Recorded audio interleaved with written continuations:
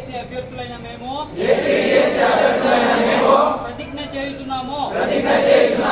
2019లో ప్రతిపక్షంలో ఉన్న ఈ వైసీపీ ప్రభుత్వం 23,000 ఖాళీలు ఉన్నాయని చెప్పి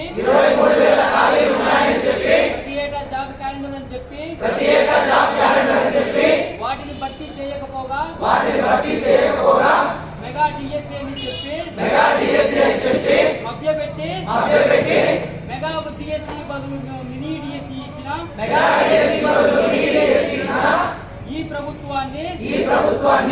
5 సంవత్సరాలుగా ఎదురు చూస్తున్న 10 లక్షల మంది అభ్యర్థులు తగిలిన గుండెతో ప్రతిజ్ఞ చేస్తున్నాము